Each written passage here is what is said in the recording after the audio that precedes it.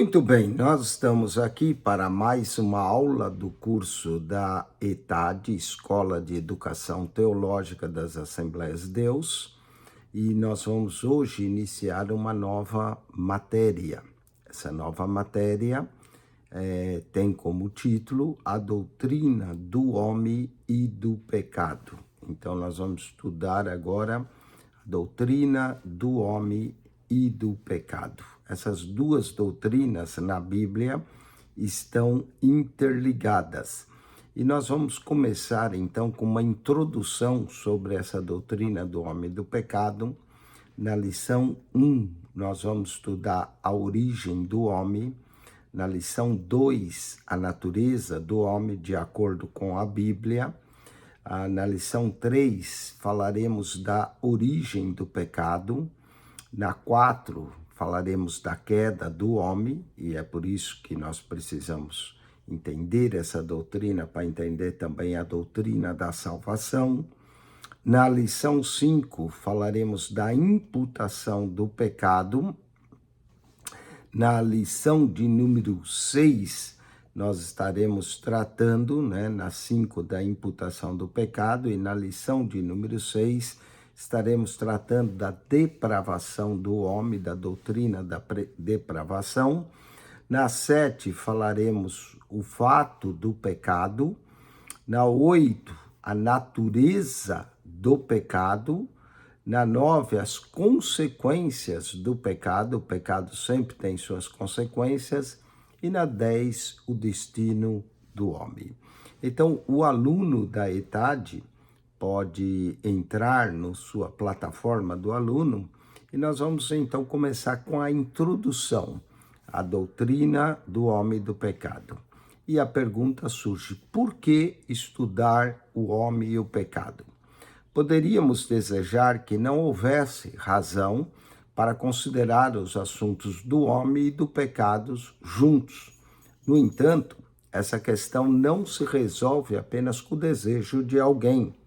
Para entender melhor a relação entre o homem e o pecado, devemos estudar o que a Bíblia diz sobre esses assuntos. Essa disciplina, nós vamos examinar as antigas questões dos filósofos a respeito do homem. Quem é ele? Por que está aqui? Para onde está indo? Como sabemos, o homem é uma criatura caída e quebrada, o que significa que em algum momento passado ele não foi assim. Então, como o homem caiu? De que maneira se ele expressa essa condição decaída? Veremos as respostas bíblicas a essas perguntas. E o objetivo central dessa disciplina é estudar o que a Bíblia diz sobre a perdição do homem. A maioria das pessoas está disposta até a reconhecer que é pecadora.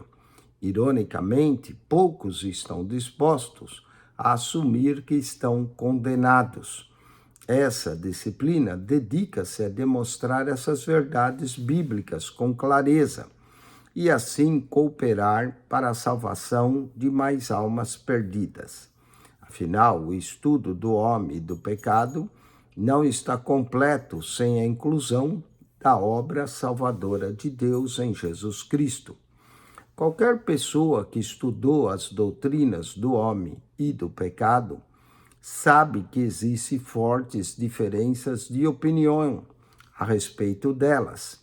Muitos desses problemas são devido a diferenças na interpretação bíblica ou ainda nos significados que as pessoas dão a certos textos da Bíblia. Problemas surgem, mas podemos contar com o Espírito Santo para nos dar sabedoria, compreensão nesses assuntos e ensinaremos assim a verdade em amor. Falemos da descrição dessa disciplina. Essa matéria é um estudo do que a Bíblia diz sobre o homem e o pecado. Seu objetivo é descobrir o que as Escrituras ensinam e corrigir pela Bíblia as ideias falsas. O estudo aqui foi escrito para tornar o material oportuno e útil para o seu ministério. e para que o aluno, ao examinar e estudar essa disciplina, ele possa examinar as doutrinas como a origem do homem, a origem do pecado, a natureza do homem e do pecado e os efeitos da queda do homem. Então vamos agora à lição de número 1. Falamos da origem do homem nessa lição 1. Essa lição 1, onde vamos tratar da origem do homem, vamos entender quem de nós não se viu deitado muitas vezes de costas, olhando a vastidão das trevas e se perguntando: de onde veio tudo isso? De onde eu vim? O que é a verdade para os indivíduos é verdade para a raça humana. Parece que todas as pessoas estão interessadas na origem do mundo e em suas próprias origens. Tanto assim que cada grupo étnico tem um relato ou uma história sobre os seus primórdios. Podemos olhar a história de alguns índios, de algumas tribos. Cada um deles tem uma origem da sua história. O que nós estamos aqui procurando encontrar nessa lição é a resposta bíblica para a origem do homem. Acreditamos que a existência de contos e tradições de diversas etnias aponta como um arquetipo missiológico para a origem sobrenatural do homem. Pode haver certo grau de verdade nesses contos, mas a Bíblia sozinha tem a única resposta completa e confiável. Nos contos, nos mitos, a verdade se mistura com a fantasia, porém o rastro da verdade que está nelas serve para apontar a verdade do relato bíblico. A origem do homem é o tipo de estudo que pode afastar as trevas do entendimento humano. Quando se examina as evidências que mostram o homem como parte especial da criação e se identifica as coisas que demonstram sua singularidade na origem criada, o estudante pode logicamente concluir que o homem não se originou por acaso. Além disso, a constituição do homem e as implicações morais dessa unidade dão sustentação adicional à origem sobrenatural do homem pelas mãos do Criador. É claro que nem todos acreditarão nisso, pois os incrédulos sempre existiram e sempre existirão. Mas a fé, pela palavra de Deus, habilitará eu e a você, prezado aluno, a falar com segurança sobre a origem do homem. Ao estudarmos a palavra de Deus, deixa ela falar com você e também através de você. Nessa lição, nós vamos cobrir, por exemplo, no texto 1, os pressupostos básicos. No texto 2, falaremos da criação do homem. No texto 3, existe evolução teísta? É uma pergunta. Texto 4, falaremos da singularidade do homem. No texto 5, do monergismo, que fala da unidade do homem. E no texto 6, trataremos da antiguidade do homem. Vamos ao texto 1, pressupostos básicos. Vamos pensar aqui apologeticamente.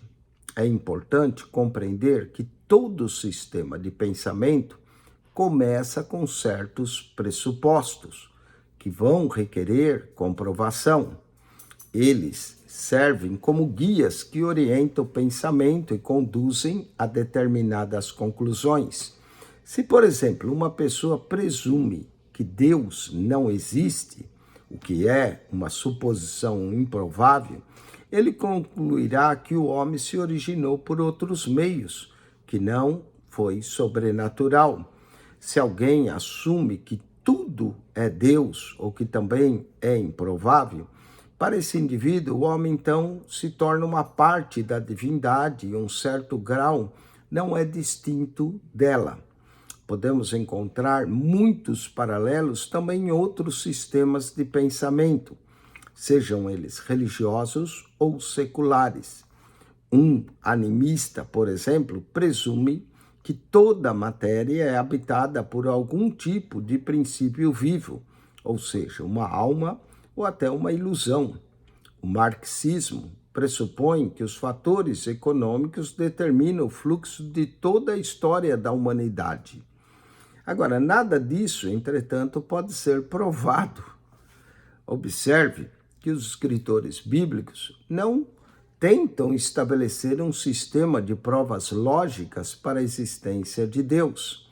A Bíblia simplesmente começa com a existência do Criador e passa a transmitir a mensagem recebida do Senhor. O que isto significa? Que ao pregarmos e ensinarmos, temos que assumir corajosamente que cremos em Deus pela fé. Mas os outros pressupostos também requer fé igualmente, para que na origem ou da doutrina, da teoria da evolução, requer a mesma fé do que crer também na Bíblia. Ou, para crer que no marxismo, também requer a mesma fé que se crê na Bíblia. Ainda sobre a criação e a existência de Deus, outra conclusão bíblica importante é que ele revelou a si mesmo no mundo que criou. A prova disso se encontra no Salmo 19, verso 1 a 4. Os céus proclamam a tua glória, o firmamento anuncia as obras da tua mão. Um dia faz declaração a outro dia. Atos também 14, verso 15 a 17, Romanos 1, 19 e 20. O apóstolo Paulo diz que todas as coisas que se pode saber de Deus estão claramente reveladas na criação. O que essas passagens ensinam é que Deus revela-se a si mesmo no mundo, de tal maneira que é possível que todas as pessoas saber algo sobre ele. Infelizmente, alguns teólogos que se identificam como cristãos negam o que chamamos de revelação geral. O famoso Karl Barth, que foi um teólogo suíço do século XX, tão querido dos autoproclamados intelectuais da fé, está entre aqueles que negam a revelação geral, mas a sua postura é antibíblica. O firmamento é a revelação geral de Deus, e não há linguagem nem fala onde não se ouça a sua voz. Salmo 19, verso 3 e 4. Paulo indica que o poder eterno de Deus e a natureza divina foram claramente vistos através das coisas que Deus fez. Romanos capítulo 1, verso 20. Além dessa revelação geral, Deus se dá a conhecer pela palavra escrita, a Bíblia, a palavra viva, Jesus Cristo. A essa revelação nós chamamos de revelação específica. Eu, particularmente, creio piamente que o Senhor é o Criador de todas as coisas e que Ele está falando por meio de ambos hoje, agora mesmo, através da natureza, que é a revelação geral, e através da Bíblia como revelação específica. Posto também que Cristo retornou ao Pai, o principal método de revelação de Deus para nós é a sua palavra escrita, o Antigo e o Novo Testamento. Ao mesmo tempo, também cremos que o Espírito Santo revela Cristo a nós hoje, em nossa mente, em nosso espírito, e o faz nunca parte das diretrizes da palavra escrita de Deus. Logo, é errado afirmar que Deus pode revelar uma nova verdade, além daquela que já se encontra revelada na própria Bíblia. Quem afirma ter recebido tais revelações e tenta elevá-las, essas revelações, à altura da palavra de Deus, peca. A Bíblia Sagrada permanece sozinha como revelação autorizada de Deus e de seu Filho Jesus. Nem todos aqueles que se dizem cristãos concordarão com a suposição de que Deus é revelado por seu Espírito em seu Filho. Alguns grupos unitários dizem-se cristãos, mas negam, por exemplo, a doutrina básica da Trindade, Pai, Filho e Espírito Santo. Eu, particularmente, acredito que a Bíblia demonstra claramente e evidentemente a Santíssima Trindade. E por sua relevância doutrinária, esse ensino é parte de muitas pressuposições teológicas elementares. No Antigo Testamento, a Trindade é implícita e no Novo Testamento ela é explícita. Encerrarei essa sessão aqui apresentando 2 pressupostos extra-bíblicos. O princípio tem a ver com a hipótese de a evolução ser tomada como uma explicação para a origem do homem. Iniciaremos relembrando que o evolucionismo propõe que o homem se desenvolveu a partir de um organismo unicelular simples e, através de mudanças graduais, que aumentaram em complexidade sempre por mero acaso, a suposição em questão sugere que alguém pode crer no evolucionismo e ainda assim ser cristão. Mas, prezado aluno, na verdade é impossível que um cristão possa ser evolucionista. Para mim, quem se compromete com o evolucionismo já deu as costas a Deus. A outra conclusão está relacionada à ciência. A ciência não pode apresentar absolutamente conclusão alguma, porque todas as suas decisões estão sujeitas à mudança. Um verdadeiro cientista está disposto a admitir que pode estar interpretando mal os dados, que suas visões filosóficas afetam sua interpretação das evidências. O professor Edward Teller, físico de renome mundial, comentou há alguns anos sobre o incrível progresso que a ciência fez desde o fim da Segunda Guerra Mundial. Ele disse que praticamente tudo em que antes acreditávamos foi provado como falso ou incorreto por descobertas posteriores. Ele ainda concluiu dizendo: na verdade, é apenas uma afirmação que eu ousaria fazer agora positivamente. Não há absolutamente nada mais rápido do que a luz. Talvez, portanto, em seu pensamento, mesmo essa conclusão não é permanente, e isso tem uma implicação importante a respeito da ciência, se ela é capaz de fazer afirmações absolutas. Logo, não se pode aceitar como verdadeira ou permanecer qualquer coisa dita por um cientista sobre a Bíblia. Vamos aos exercícios desse texto 1. Diante de tudo isso que nós estudamos e mencionamos aqui, qual parece ser a mais importante afirmação feita por nós cristãos? Bom, parece que a mais importante afirmação, isso é pessoal, mas o aluno pode dizer que a palavra de Deus é a revelação de Deus para nós. Pelo menos é o que nós cremos. Leia Gênesis 1, verso 1 e 2 e João 1, verso 1 e 3, que a afirmação dos escritores bíblicos estão fazendo. Vamos lá, em Gênesis.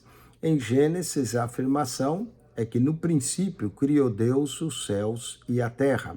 Em João, diz que no princípio era o Verbo, e o Verbo estava com Deus, e o Verbo era Deus, e que todas as coisas foram feitas pelo Verbo divino. Está aí a resposta da 1.2. Vamos a 1.3. Quanto à nossa obrigação de apresentar Deus aos homens, quais as implicações decorrentes de considerar como existente e incontornável a revelação geral de Deus? Bom, de acordo com o que nós vimos nessa lição, a natureza, a criação revela, sim, Deus, só que essa é uma revelação geral de Deus, conforme a pergunta do texto 1.3.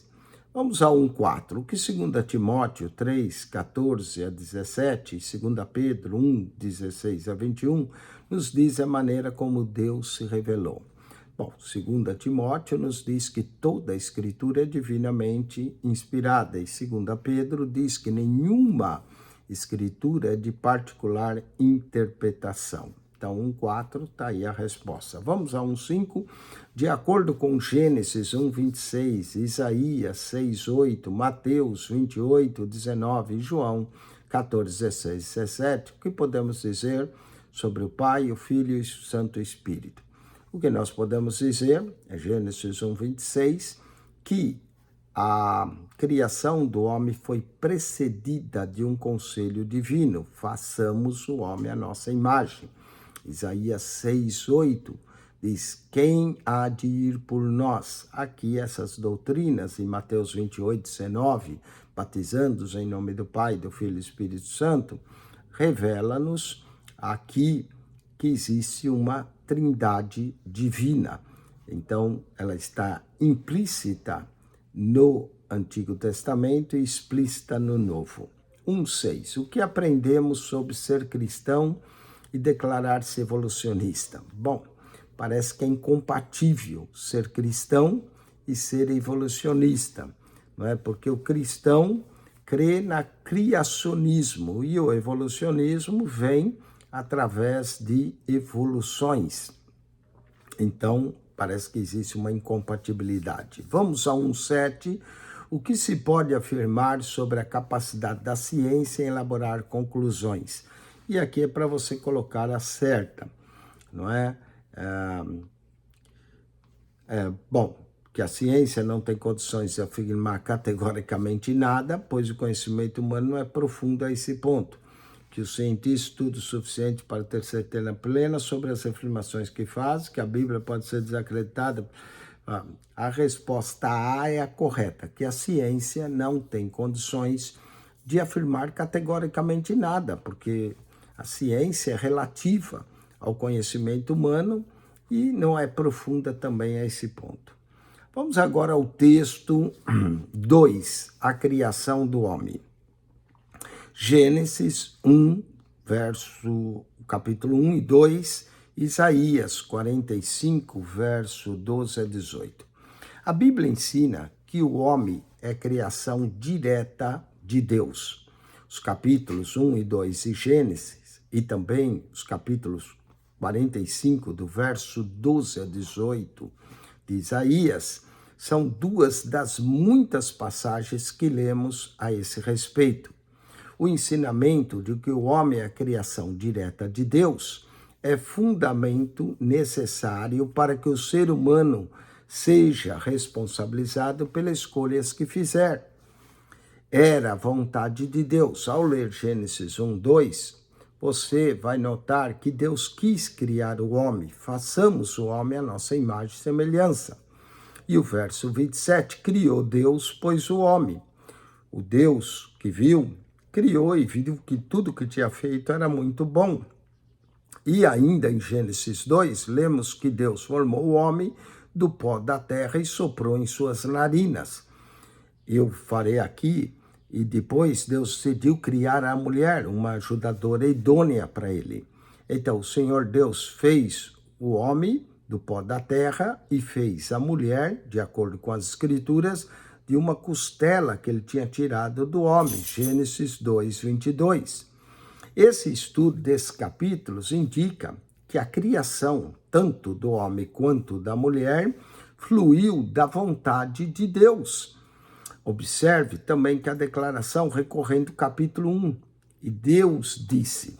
Essa Deus disse vai acontecer 8 vezes no capítulo 1 de Gênesis, verso 3, verso 6, verso 9, verso 11, verso 14, verso 20, verso 24, verso 26, o que expressa que a criação vem diretamente tanto da palavra de Deus quanto da vontade divina em realizar todas as obras feitas na criação.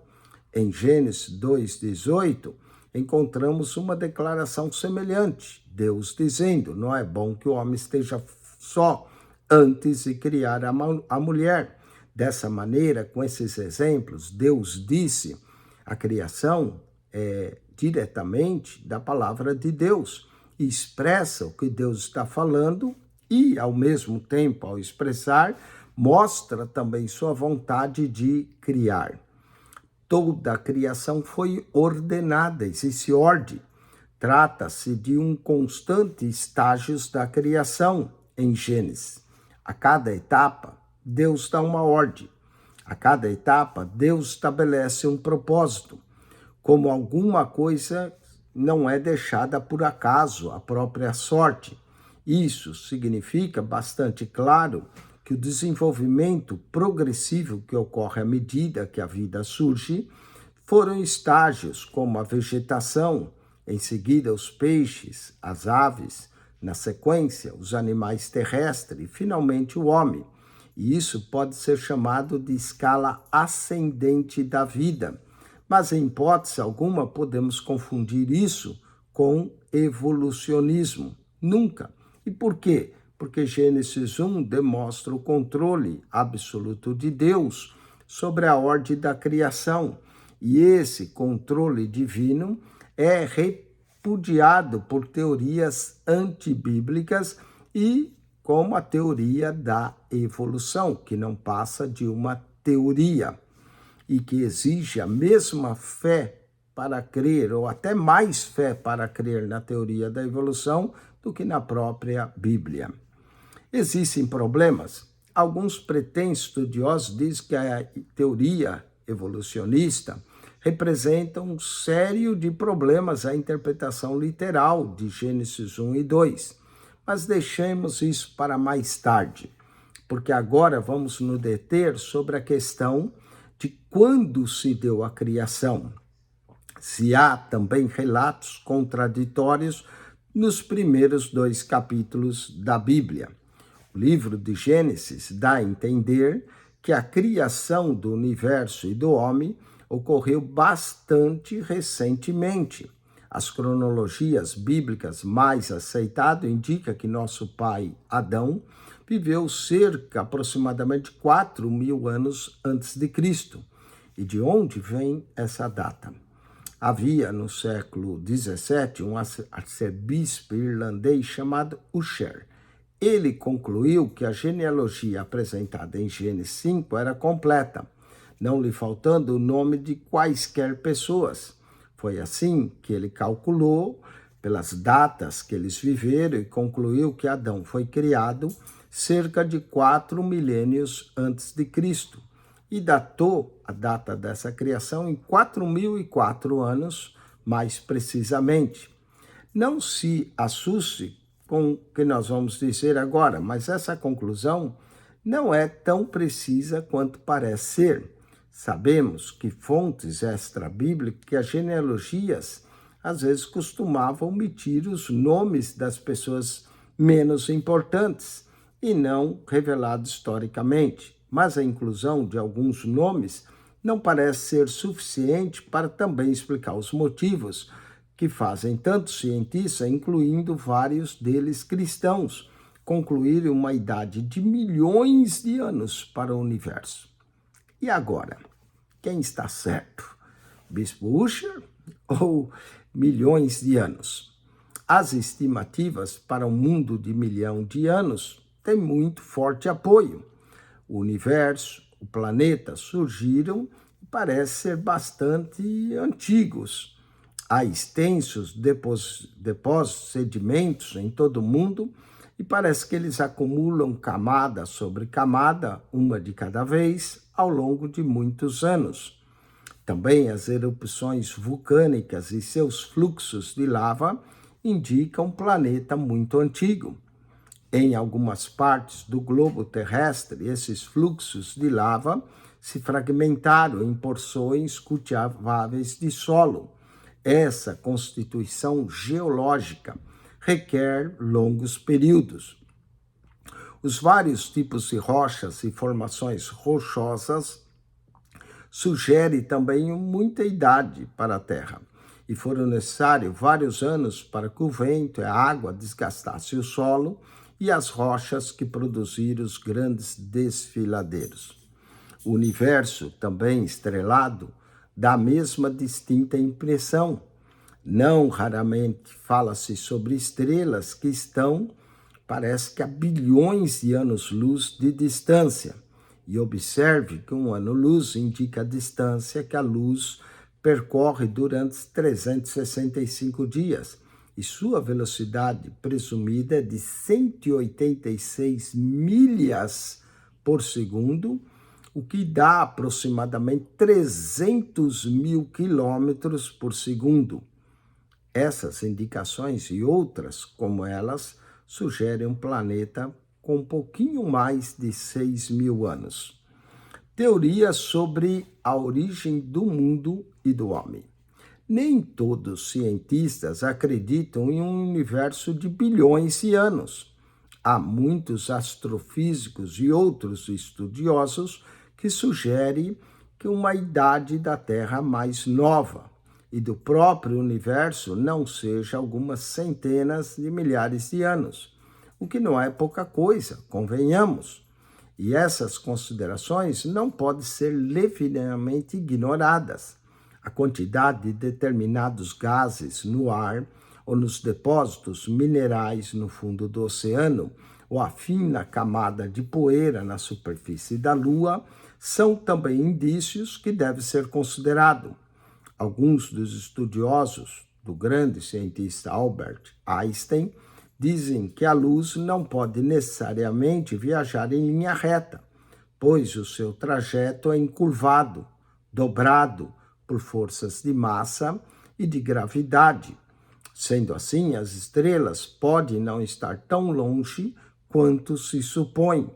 Há uma nova teoria chamada geometria de Riemann, ou geometria riemanniana, que indica um certo grau de certeza que a estrela mais distante pode estar de nós, na verdade, a 16 anos-luz de distância. Falemos da teoria dos dias como eras, e aqui estamos falando dos dias da criação. Com tantas essas sugestões e especulações, não é de se estranhar que há várias tentativas empreendidas para buscar uma conciliação entre a Bíblia e essas informações extra-bíblicas, e até algumas delas podemos dizer antibíblica. Eu quero deixar claro aqui que há 3 tipos de informação. A informação bíblica, que é aquela que a Bíblia diz, a extra-bíblica, que a Bíblia não diz, mas que são verdades, e a afirmação antibíblica. A antibíblica é que vai contrário ao que a Bíblia diz. A extra-bíblica, a Bíblia não fala, mas também não vai contrário com o que a Bíblia diz. Então temos a bíblica, a extra-bíblica e a antibíblica. Numa delas, o relato bíblico da criação passou a ser entendido como sendo composto não de dias literais e 24 horas, mas que eram eras, correspondiam a milhares ou até milhões de anos. Há quem se satisfaça bastante com esse arranjo, não literal, que os dias da criação não foram de fato 6 dias, mas foram eras.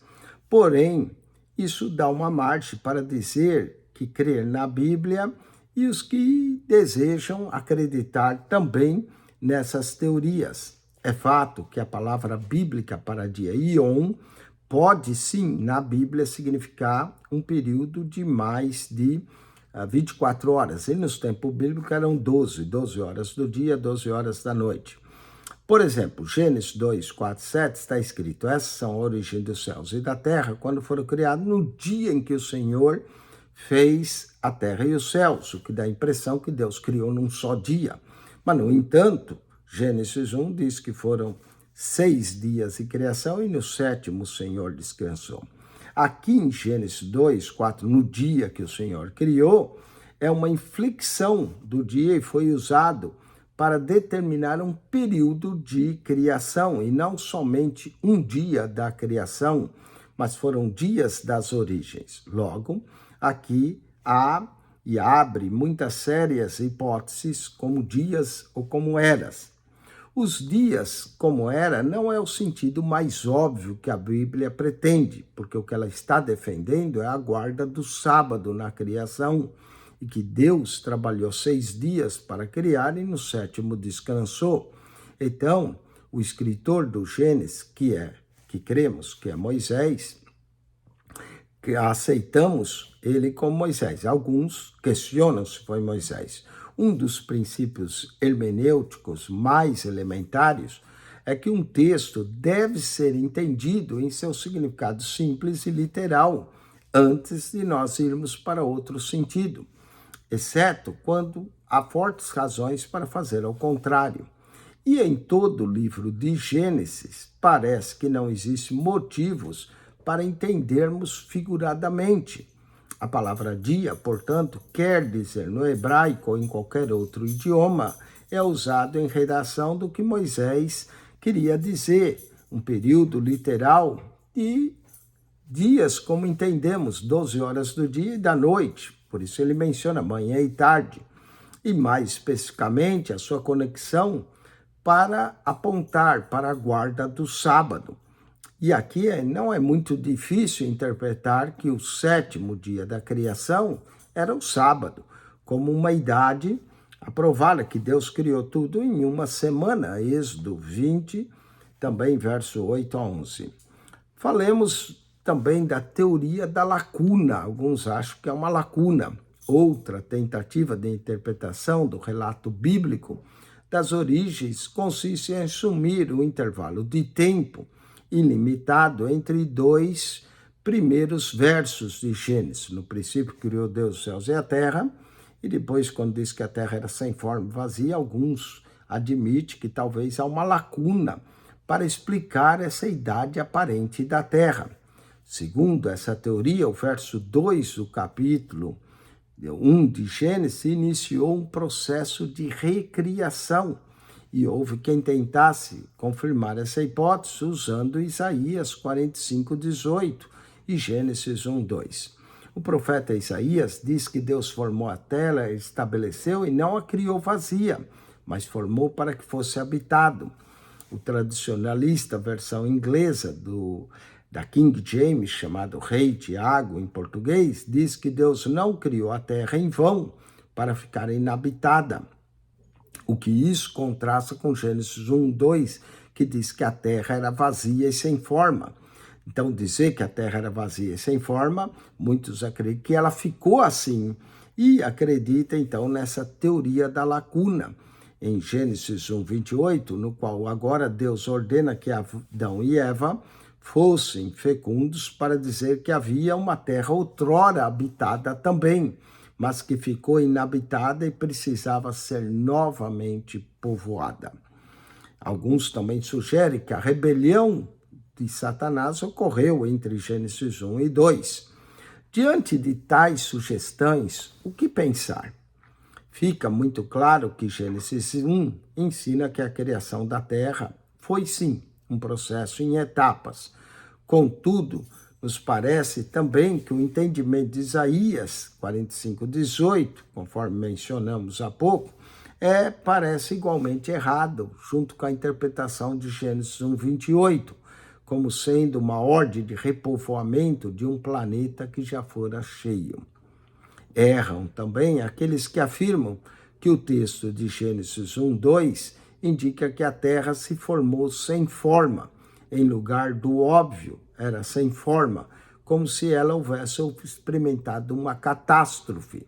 Aliás, está suposto e costuma estar associado, como mencionamos, à queda de Satanás do céu à terra, o que teria deteriorado a criação original de Deus, levando a um estado de sem forma e vazia e em trevas. O texto em hebraico afirma categoricamente que a terra raiá, e que não ela tornou-se sem forma. Ela raiá, era sem forma, é diferente de tornar-se sem forma. Diante dessas tantas dificuldades e suposições hermenêuticas, e pretensamente algumas até científicas, a mais correta decisão é não permitir que cientistas e suas disciplinas julguem o relato bíblico, mesmo porque esses vieram bem posterior àquilo que o autor intentava na sua origem escrever. Eles erram tantas vezes sobre tantas coisas, quem é que pode aceitar que agora estariam corretos quanto às origens? Igualmente, há hermeneutas da Bíblia liberais, que devem ser totalmente rechaçados, pois suas conclusões muitas vezes são contrárias àquilo que as Escrituras dizem e qual era a intenção original do autor para esses liberais.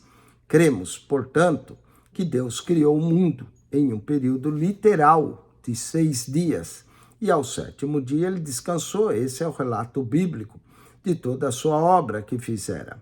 Quanto ao debate sobre os indícios de um universo e de um planeta também de milhares e milhões de anos, ou até mesmo bilhões de anos, tudo não passa de uma tentativa humana de tentar entender as evidências com quais não pode lidar totalmente. O ponto mais importante desse debate, especialmente para o contexto das disciplinas sobre o homem, é que ele foi criado sobrenaturalmente por Deus, literalmente, como conta o livro de Gênesis. Existe também contradição entre o primeiro e o segundo capítulo de Gênesis? Essa é outra discussão. É bom, para alguns existe, para nós é claro que não. Mas por que alguém diria? Quem lê a Bíblia sem critério entenderá que em Gênesis 1 existe uma criação e em Gênesis 2 outra criação, outra Gênesis, outro relato da criação, o que não faz para nós o menor sentido. Está claríssimo que o capítulo 2 vai nos oferecer, sim, mais detalhes sobre a criação do homem e da mulher, daquilo que o capítulo 1 de Gênesis o fez. Além disso, o foco do primeiro capítulo é a ordem da criação, enquanto que do capítulo 2 ele se debruça sobre o objetivo da criação e do próprio homem, relata mais detalhadamente o surgimento mais importante da criação, que é o ser humano. Finalmente, queremos acrescentar aqui que a Bíblia não conta a história da criação para satisfazer as preocupações filosóficas sobre as origens. E o seu objetivo aqui é totalmente outro. A criação deve ser entendida como parte do processo da salvação do homem, também como a revelação de Deus a nós, e o Redentor, o relato da criação, nos permite entender que o vasto amor do Senhor deseja salvar tanto o homem quanto o seu mundo criado. Uma pergunta que também merece resposta: quando o homem foi criado? Como explicamos anteriormente, a cronologia bíblica elaborada a partir das genealogias pode sim sugerir uma data, não é precisa, mas levemente imprecisa, para o aparecimento de Adão. E isso acontece por algumas razões. A primeira delas, como já explicamos, não era comum que indivíduos sem relevância histórica fossem excluídos de algumas listagens genealógicas. E isso num tempo em que os homens viviam por vários séculos. Pode suprimir alguns milhares de anos do cálculo feito por Ussher? Outro fator que precisa ser considerado é que no hebraico bíblico não havia uma palavra específica para avô ou bisavó, como há em outros idiomas. Não há, raro, para nós depararmos com a palavra pai, ab, e no hebraico, sendo empregado como ancestral ou avô, ou ainda bisavô. Sendo assim, alguns cronologistas bíblicos dão como razoável que nosso pai, Adão, haja sido criado por Deus entre 6 a 10 mil anos atrás. E isso sem prejuízo da interpretação literal das Escrituras. Vamos aos exercícios. Sobre a relação entre a vontade de Deus e a criação do homem, o que o primeiro capítulo de Gênesis nos ensina? Bom, o que nos ensina é que a criação do homem foi precedida por um conselho divino. Façamos o homem à nossa imagem. 1:9. Conforme na sequência da atividade criativa e ordenada Deus, a ordem que Deus criou a cada forma de vida. Então, é para relacionar. Então, começa com a vegetação, primeiro, né? O número 1, a B, 1, primeiro. A animais terrestres foram, aqui foram terceiro. Peixes e aves foram antes dos animais terrestres, foi segundo. Então, e o homem, o quarto. Então, a ordem correta aqui fica animais terrestres, fica o terceiro, vegetação, o primeiro, o homem, o quarto, e peixes e aves, segundo. Essa é uma ordem aqui desses 4. Liste 3 indícios que a Terra seja muito velha. Os indícios de uma Terra mais antiga são as camadas vulcânicas que se formaram e que leva tempo para a formação delas. Mas não estamos falando de bilhões de anos, talvez milhas de anos, né? Liste 4 indícios de que a Terra seja relativamente jovem. Os indícios é a teoria riemanniana, que mostra que as estrelas não estão tão distantes como dizem, não é? A formação também de gás, a poeira fina que existe na Lua, são também como a Lua se distancia da Terra, outros indícios que fala de uma teoria de uma Terra mais jovem.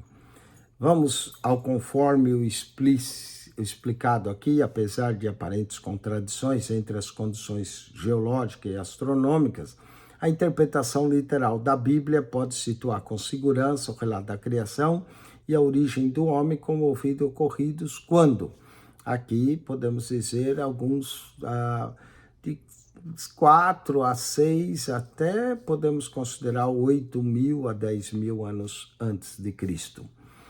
Por que não consideramos que os 2 primeiros capítulos de Gênesis sejam contraditórios entre si? Porque cremos que um complementa o outro.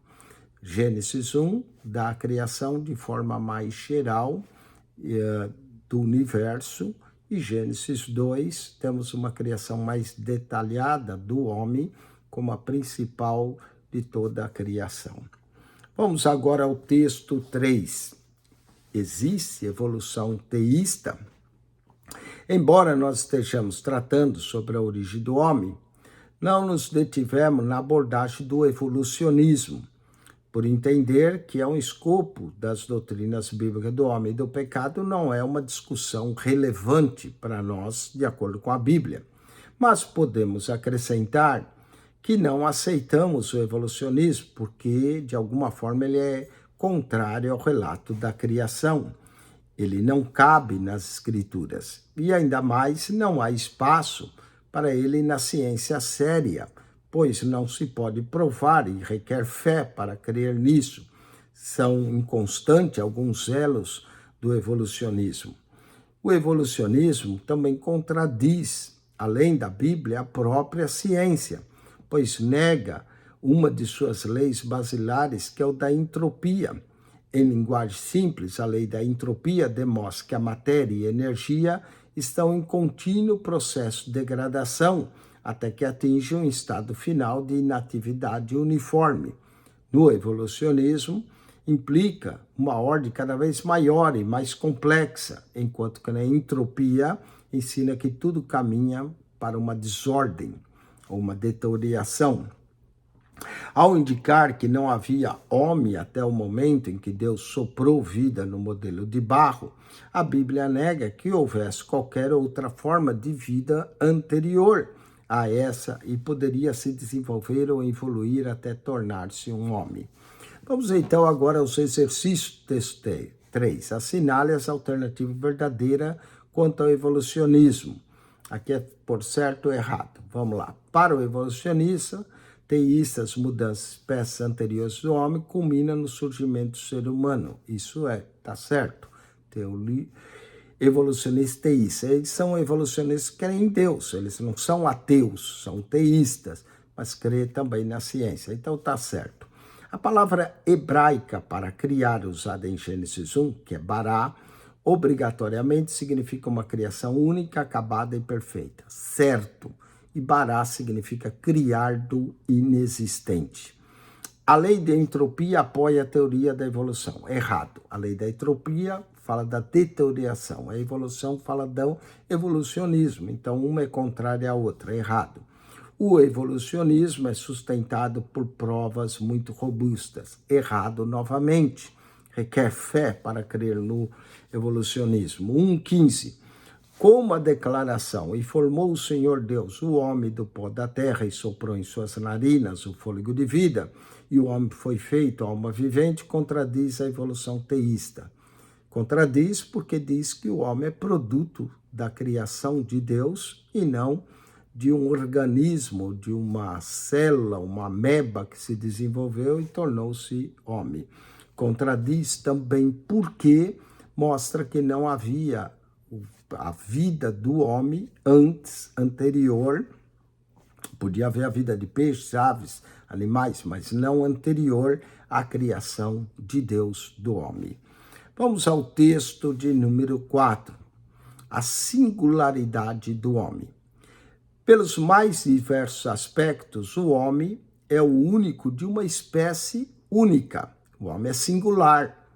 Embora possa apontar algumas características que parecem comuns entre homens e animais, a Bíblia ensina que o ser humano é singular. Ou seja, nós aqui temos o caso de uma criação única. Quando nada mais havia a ser criado, disse Deus, façamos, não é, o homem. Conforme esse façamos o homem, ele foi criado por um conselho divino e foi o poder da boca do Senhor que o formou. Foi também o sopro de Deus que lhe deu alma. Logo, o relacionamento de Deus com a criação do homem foi diferente de tudo o resto que nós vemos. Nós também podemos meditar que foi algo especial e singular na criação da mulher também. Quando Deus faz Adão cair num profundo sono, e tira-lhe uma das costelas e serra a carne em seu lugar. Façamos o homem, o franco relacionamento de Deus com a criação do ser humano, tanto do homem quanto da mulher, mostra algo único. Falemos agora de uma natureza única. A natureza do homem também é igualmente única. Há uma singularidade e há várias passagens bíblicas que mostram isso. Criou Deus, pois o homem é a sua imagem. Olhando e estudando nitidamente, demonstra que o homem tem condições também de entender a linguagem, comunicação, e de forma inteligente. E depois que o homem foi criado com capacidade também de falar uma língua, apenas por isso já concluímos que o homem é superior e distinto dos animais.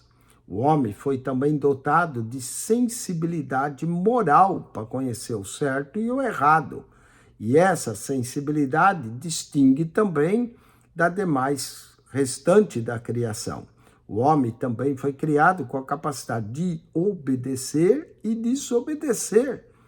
O Criador deu-lhe uma ordem para que ele não comesse da árvore. Animal algum recebeu tal ordem do Criador.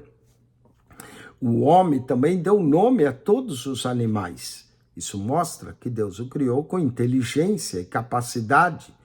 E Deus também criou a mulher, especialmente adequada para ele, uma disjuntora própria. Mostra que eles eram excepcionalmente inteligentes, capazes de dar nome aos animais e que prova a sua distinção dos animais. Todas essas referências provam que o homem é uma natureza distinta da natureza animal. O fato de o Senhor também ter-lhe propriamente soprado o fôlego de vida é um testemunho cabal que a natureza humana é algo que veio de fora para dentro do homem. Antes de nós prosseguirmos essa lição, o relato da criação do homem não faz recair atenção sobre o aspecto físico do ser humano, mas sim sobre o propósito em que ele foi criado. Deus não dá atenção muito aos aspectos físicos, como cor dos olhos, cabelo, pele, tampouco se importa com o formato do rosto e outros aspectos estéticos, sempre importante aos homens, né? E principalmente às mulheres. O ponto de dividir etnicamente, o Criador não vê como vê o homem, pois o homem vê o que está diante dos olhos, porém o Senhor olha para o coração. 1 Samuel 16, verso 7. Que o Senhor nos ajude a enxergar o próximo do mesmo modo que ele, Deus, o vê. Vamos à posição única. Quando o salmista se comparou com a glória e a vastidão dos céus, ele se maravilhou, apesar da pequenez humana. E ele diz, que é o homem para que tanto o estimes? E o filho do homem para que o visites? Salmo 8, versos 3 e 4. Ao fazer essas perguntas, ele indica ainda mais, pouco menor o fizesse que os anjos, e de glória e de honra o coroasses. Fazes com que ele tenha domínio sobre as obras das tuas mãos. Tu pusesses debaixo de seus pés. Logo, todas as outras criaturas foram submetidas ao homem. Temos aqui nesse salmo uma bela descrição poética da posição singular do homem, que se irmana e que é ensinado também em Gênesis 1, 2, a respeito do ser humano. A primeira prova também dessa posição única do homem é a indicação de que o homem diante de Deus e no mundo foi dado ordem diretamente a Adão e a Eva também, frutificar e multiplicar e encher a terra. Esse mandamento concedeu ao primeiro casal e também a todos nós posteriores a eles o privilégio especial de cooperar com a criação, povoando a terra com criaturas, como eles criados à imagem e semelhança de Deus. Tal honra serve para nos fazer lembrar que trazer filho ao mundo, dar à luz a seres que nunca morrerão, mas que permanecerão para sempre, ou no céu ou no inferno, que essa responsabilidade terrível, ao mesmo tempo, é incrível. Portanto, não nos descuidemos de modo que atentemos para essas divinas prerrogativas. Segundo, prova da posição única do homem. Além da incumbência de subjugar a terra e suas criaturas, Deus responsabilizou o primeiro casal de cuidar do jardim do Éden. Gênesis 2,15. Esta é a segunda indicação de cuidar do jardim, essa é a indicação da posição única do homem diante de Deus no mundo. Isso nos faz pensar e concluir que o trabalho não foi uma consequência do pecado, como alguém pode querer ensinar. Como estamos vendo, o homem ainda tinha atribuições e afazeres, mesmo antes de cair no pecado. O pecado certamente impôs algumas dificuldades, trouxe o cansaço como resultado do trabalho. E não havia, antes da queda, certas obrigações que o homem teve depois da queda. Terceiro, a prova da posição única do homem. O Senhor proveu para o ser humano tudo o que lhe fosse necessário para viver e o seu sustento. O corpo humano seria mantido em suas carências pelo restante da criação. E disse Deus, eis que vos tenho dado toda a erva que dê semente, que está sobre a face da terra, toda árvore em que há fruto, que dê semente, ser-vos-á por mantimento. Notemos aqui também que parece que o homem tinha uma dieta diferente, comia erva, frutos, do que hoje se come animais, não é? Quarta prova da posição única do homem. O Éden foi criado especialmente para o homem. Por mais belo que fosse o mundo, e ele era lindíssimo, não havia ainda sido danificado pelo pecado, Deus não soltou o homem de qualquer lugar, mas deu-lhe um jardim para que ali ele pudesse viver, cultivar, cuidar desse jardim. Quinta prova da posição única do homem.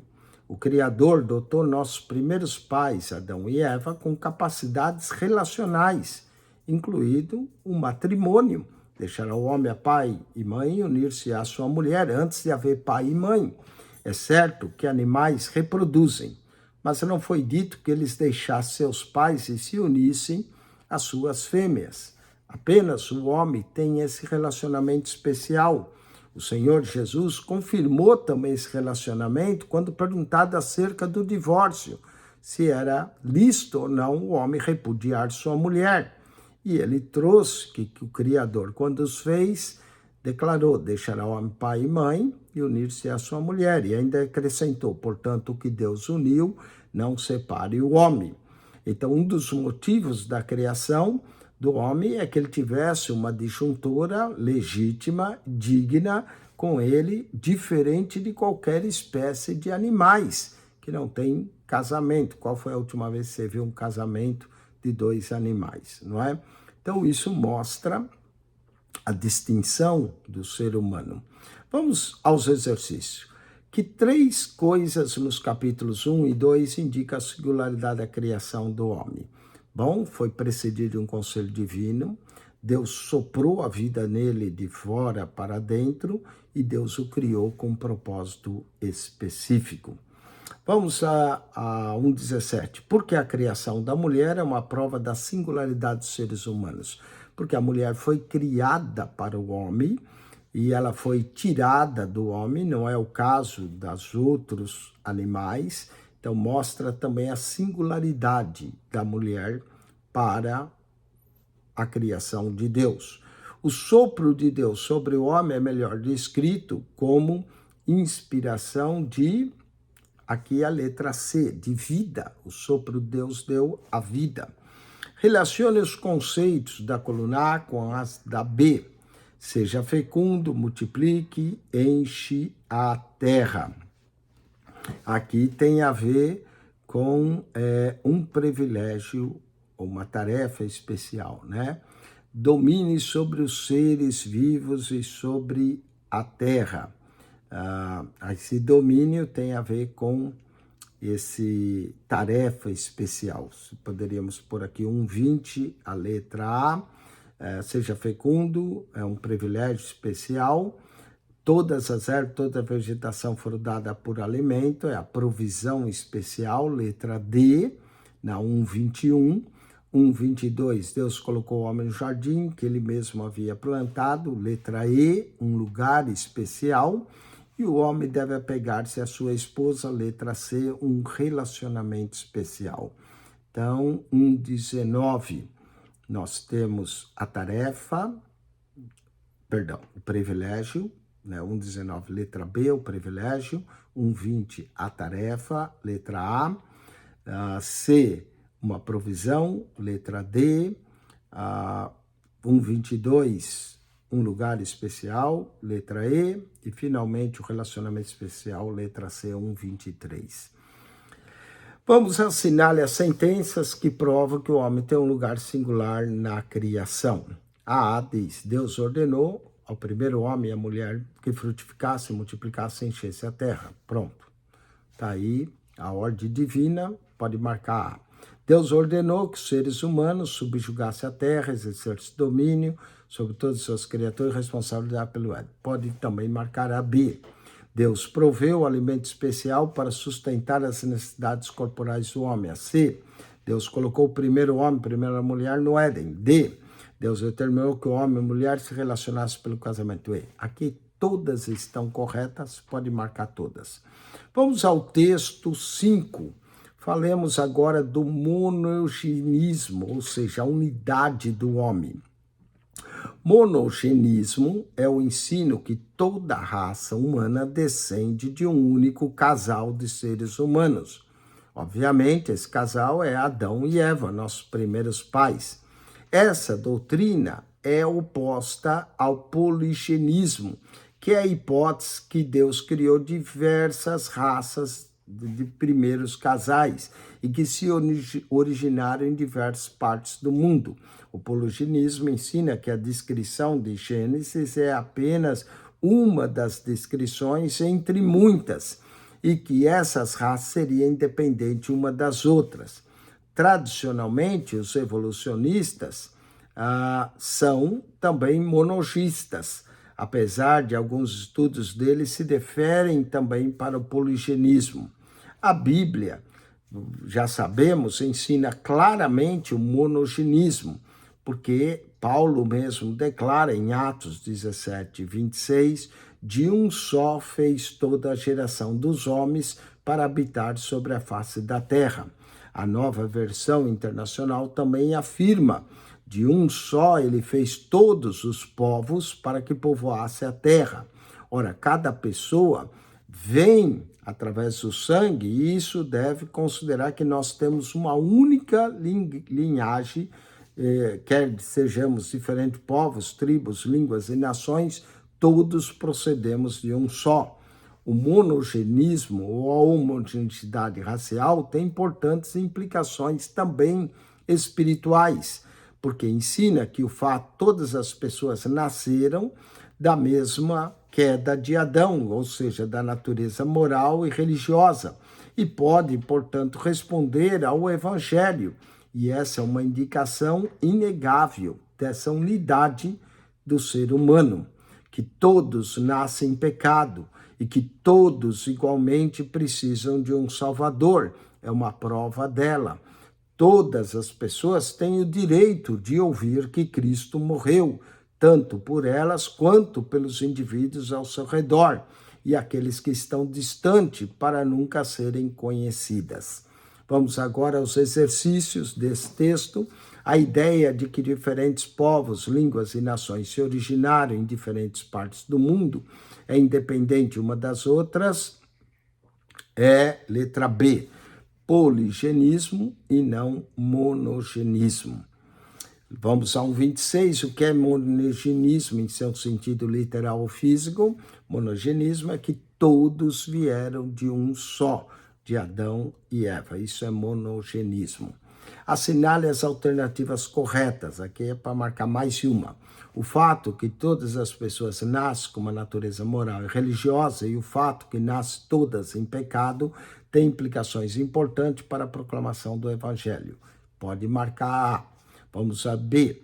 As diferenças físicas e culturais nos indivíduos não são suficientes para refutar o monogenismo. Certo, pode marcar B também. Não existe raça entre os homens, não há raça negra, não há negros apenas, não existe raça indígena, mas índio apenas, não existe raça branca, mas apenas homens de pele branca. Essa pluralidade racial é um conceito esquerdista para dividir a humanidade em relatos mais fáceis de serem domados. Certo, pode marcar C também. O monogenismo é contrário ao relato bíblico da criação do homem. Não, isso aqui você não marca, D é a única. Então, as corretas aqui, A, B e C. Vamos então agora à antiguidade do homem, o último texto para concluirmos essa lição. Embora existam diferentes ideias sobre a idade da raça humana, essa data não é teologicamente crucial. Além do mais, as cronologias bíblicas podem sim ter alguns erros de anos, e nesse caso da criação até de milhares ou mil anos, né? Mas ainda que não seja biblicamente impossível estimá-lo, não é tarefa da teologia tentar calculá-la. Contudo, nos entregamos a esse impulso, às vezes justo e querendo justificável, lembrar que aqueles que escreveram as genealogias não tinham a mesma percepção também de tempo que nós. Eles, às vezes, podiam falar de números aproximados e, em alguns casos, de linguagem que foram omitidas nas genealogias. Por exemplo, na genealogia de Mateus, omite-se alguns nomes, porque Mateus quer manter o número 14 entre Abraão e Davi, entre Davi e a deportação e entre a deportação e Cristo. Mas se queremos pensar sobre isso, comecemos com uma pergunta importante. Por que não há uma cronologia bíblica antediluviana com datas precisas? Vamos lá. Gênesis 5 conta a respeito de 10 homens, de Adão até Noé, que viveram antes do dilúvio, começando com Adão e terminando em Noé. Indica um tempo total de duração da vida deles, mas sem se ocupar com um calendário. Também notamos aqui, e tenhamos bastante atenção para observar que os mais relevantes, as idades, foram a menção também das mortes de 8 desses homens. Temos 2 casos que não morreram. Enoque não morreu, pois o Senhor o tomou para si. E a morte de Noé se deu depois do dilúvio. Então, ora, as repetições da expressão "e morreu" indica que o principal objetivo dessa passagem é demonstrar o cumprimento da condenação da morte que Deus havia dito que ocorreria em Gênesis 2,17. Satanás, também na forma de uma serpente, disse a Eva que eles não morreriam, e ela acreditou nessa mentira. A queda do homem não causou a morte física imediata dos transgressores, mas sim uma eventual morte física para eles e seus descendentes. Gênesis 5 serve para demonstrar o cumprimento que é daquilo que foi estabelecido pelo Senhor. E nós podemos ver que Deus é fiel em cumprir a sua palavra. Vamos aos exercícios desse último texto. Quanto à antiguidade do homem, assinale a alternativa correta. A A está errada, não precisa, os escritores do tempo bíblico geralmente tinham o mesmo conceito de cronologia que temos, não, era diferente. B, ninguém jamais usou uma genealogia em Gênesis como instrumento para medir a idade da humanidade, essa aqui também não está correta, alguns tentaram. C, a utilidade primeira de uma genealogia bíblica não era calcular a antiguidade do homem, certo, pode marcar essa. Vamos, o cálculo da idade da raça humana podemos colocar na letra B, uma curiosidade bíblica, não é parte crucial da teologia, também não é uma questão e não pertence à teologia, então uma questão é apenas uma curiosidade bíblica, pode marcar B. Por que a genealogia de Gênesis 5 repete várias vezes a expressão "e morreu"? Para mostrar que a palavra de Deus, em Gênesis 2,17, se cumpriu. Vamos à revisão da lição. Assinale com X a alternativa correta. Uma característica geral do sistema de pensamento é que aqui a A de suas respostas requerem, está certa, os seus pressupostos determinam e basilizam o desdobramento desses temas, também está certa. Mas aqui é para assinalar uma. As hipóteses iniciais não têm muita importância, as hipóteses iniciais são apenas um. Aqui, letra A é a mais correta, ou a B também, os seus pressupostos iniciais determinam baseados desse. Sim, a B, pode marcar B na 1:31. Em Gênesis 1, vemos que o comando criativo de Deus faz as coisas acontecerem de modo como ele queria. Letra A. O comando faz as coisas acontecerem do modo como ele queria. Letra A. 1:33. A ordenação da atividade criativa de Deus aconteceu dos entes da forma alternada entre os mais complexos e mais simples, entre os mais complexos mais dos entes mais simples para os mais. Letra A também 1:33. Letra A. E finalmente temos a 1:34 dessa alternativa correta, a questão sobre a idade aparente do planeta Terra e a data da criação que está contando nos primeiros capítulos, não pode ser entendido literalmente como umas pessoas desejam fazer. Letra C, letra C.